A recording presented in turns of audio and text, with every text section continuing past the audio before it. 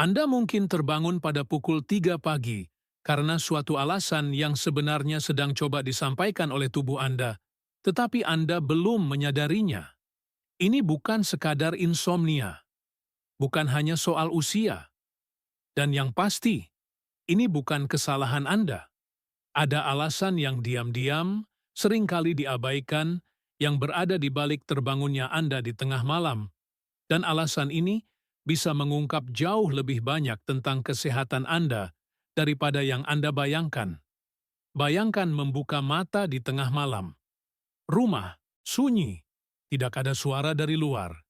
Namun tetap saja Anda terbangun, melihat jam, dan ternyata pukul 3 banal pagi. Seolah-olah ada jam internal dalam diri Anda. Waktu ini terus berulang malam demi malam. Yang menarik, hal ini terjadi pada ribuan orang, terutama mereka yang berusia di atas 60 tahun. Dan yang paling mengejutkan, hampir tak ada yang mengerti mengapa. Terbangun pada pukul 3 pagi bukan sekadar detail kecil dari tidur Anda. Itu adalah tanda, sebuah peringatan dari tubuh.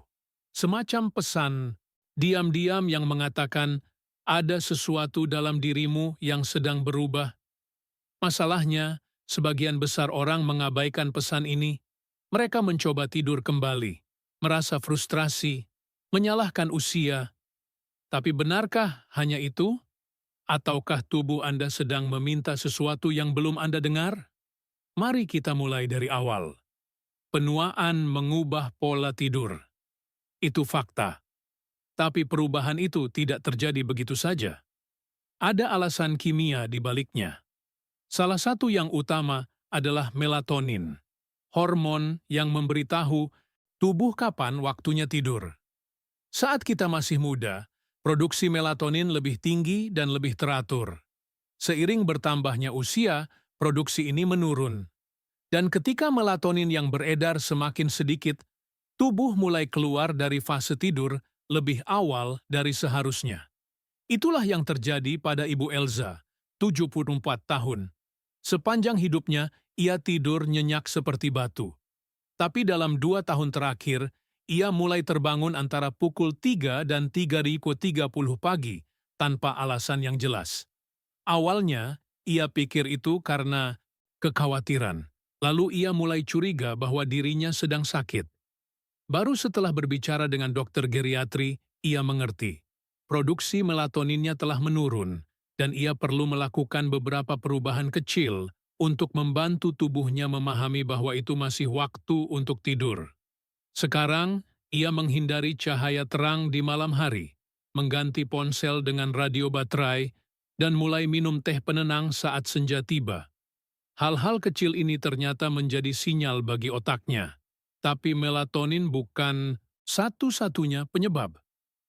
Ada faktor lain yang sangat penting, ritme sirkadian. Ini adalah jam biologis tubuh. Ia mengatur kapan kita merasa lapar, kapan kita memiliki energi, dan tentu saja kapan kita merasa mengantuk. Seiring bertambahnya usia, jam ini mulai bergeser lebih awal. Itu berarti tubuh mulai ingin tidur lebih cepat, dan akibatnya bangun juga lebih awal. Bapak Louis, 78 tahun, menyadari hal ini dengan cara yang unik. Ia biasa makan malam pukul 8.30, menonton berita, dan pukul 20.30 sudah tertidur. Ia selalu terbangun tepat pukul 3 pagi. Ia merasa segar, tetapi bingung. Kenapa terlalu pagi? Dengan menyesuaikan waktu makan, berjalan sore hari, dan menghindari tidur siang yang terlalu lama, ia berhasil mendorong jam biologisnya sedikit lebih maju. Baru-baru ini, ia menambahkan aktivitas baru dalam rutinitasnya. Kelas menyanyi kelompok seminggu sekali. Selain menyentuh emosi, kegiatan ini membuatnya tetap aktif secara sosial dan membantu jam biologisnya mengenali dengan lebih jelas kapan waktunya siang dan kapan waktunya malam. Ada juga faktor fisik, ketidaknyamanan. Banyak orang lanjut usia mengalami masalah pada persendian, refluks, kandung kemih yang lebih sensitif, atau menggunakan obat-obatan dengan efek samping di malam hari. Semua itu bisa membuat tubuh terbangun tanpa disadari penyebabnya secara langsung. Bukan karena rasa sakit yang tajam. Kadang hanya ketidaknyamanan ringan, rangsangan kecil yang ditangkap otak sebagai sinyal waspada. Ketika tubuh menjadi lebih sensitif, ambang untuk terbangun pun menurun. Cukup sedikit saja untuk memutus tidur. Contohnya, Ibu Celina, 82 tahun, mulai terbangun di tengah malam karena merasa sedikit haus. Ia mengira itu hal biasa. Lalu ia menyadari bahwa mulutnya terasa lebih kering karena obat tekanan darah. Setelah berkonsultasi dengan dokter, ia menyesuaikan dosis, mulai minum air lebih sering di siang hari, dan tidurnya pun membaik. Ia juga mulai menggunakan humidifier saat malam hari terasa kering, dan menyadari bahwa hal itu membuat perbedaan. Ia lebih jarang terbangun dan merasa lebih nyaman. Ketidaknyamanan fisik juga bisa berasal dari lingkungan tidur. Kasur yang terlalu keras atau sudah terlalu tua, bantal yang terlalu rendah, selimut yang terlalu panas, atau kamar yang kurang ventilasi. Semuanya adalah detail kecil yang bisa berdampak besar. Ibu Vera, 81 tahun, mengganti kasurnya setelah bertahun-tahun dan langsung merasakan perbaikan signifikan dalam kualitas tidurnya.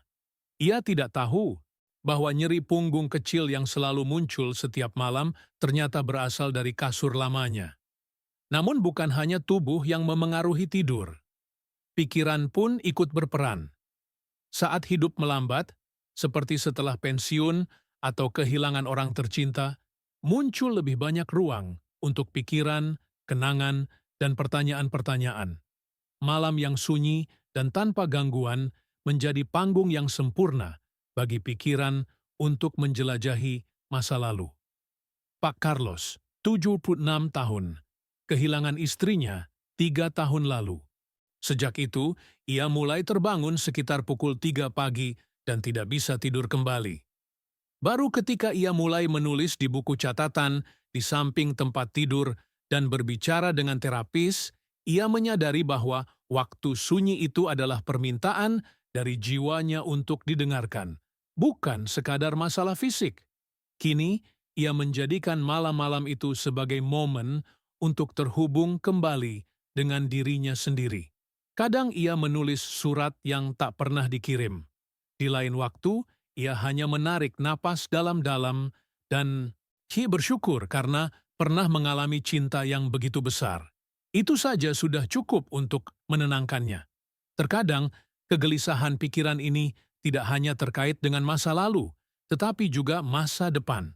Kekhawatiran tentang kesehatan, keluarga, keuangan, atau bahkan tentang kematian bisa muncul di kepala pada jam-jam tersebut. Dan ketika semua itu tidak dibagikan kepada siapapun, pikiran itu akan berulang dan semakin membesar. Ibu Yolanda, 79 tahun, bercerita bahwa ia sering membuat daftar mental di tengah malam tentang semua hal yang harus diselesaikan, dan itu membuat pikirannya siaga. Setelah ia mulai menuliskan kekhawatirannya di siang hari, sebelum tidur, pikirannya menjadi lebih tenang. Dan ada satu aspek lain yang jarang dibicarakan, tetapi sangat penting. Dampak perubahan metabolisme seiring bertambahnya usia. Seiring waktu, metabolisme melambat, dan ini memengaruhi cara tubuh memproses makanan, hormon, dan bahkan suhu tubuh saat malam. Beberapa orang mulai merasa lebih kedinginan, sementara yang lain merasa kepanasan. Perubahan suhu ini bisa cukup untuk membangunkan tubuh, meskipun kondisi ruangan terasa nyaman. Ibu Clarice, 77 tahun misalnya, selalu menggunakan selimut yang sama selama puluhan tahun. Tapi belakangan ini, ia mulai terbangun dengan tubuh berkeringat sekitar pukul 3:30 pagi. Ia baru menyadari bahwa tubuhnya kini kesulitan mengatur suhu saat tidur malam. Ia mengganti selimut tebal dengan yang lebih ringan dan meletakkan botol air di samping tempat tidur. Gerakan kecil yang memberi dampak besar. Faktor penting lainnya adalah aktivitas fisik. Berkurangnya gerakan sepanjang hari dapat mengganggu kualitas tidur dalam. Tubuh perlu rangsangan agar bisa memahami bahwa waktu istirahat sudah tiba. Jika kita menghabiskan hari hanya duduk, tanpa aktivitas fisik, tubuh bisa kesulitan melepaskan hormon tidur secara efektif. Jalan santai, peregangan, atau bahkan berkebun bisa membantu tubuh menyadari bahwa malam telah tiba. Pak Benedito, 83, tahun, pensiun, dan menghabiskan banyak waktu menonton televisi. Ia tidur tidak nyenyak, sering terbangun tengah malam, dan merasa mengantuk sepanjang hari. Dokternya menyarankan ia berjalan kaki selama 30 menit setiap pagi.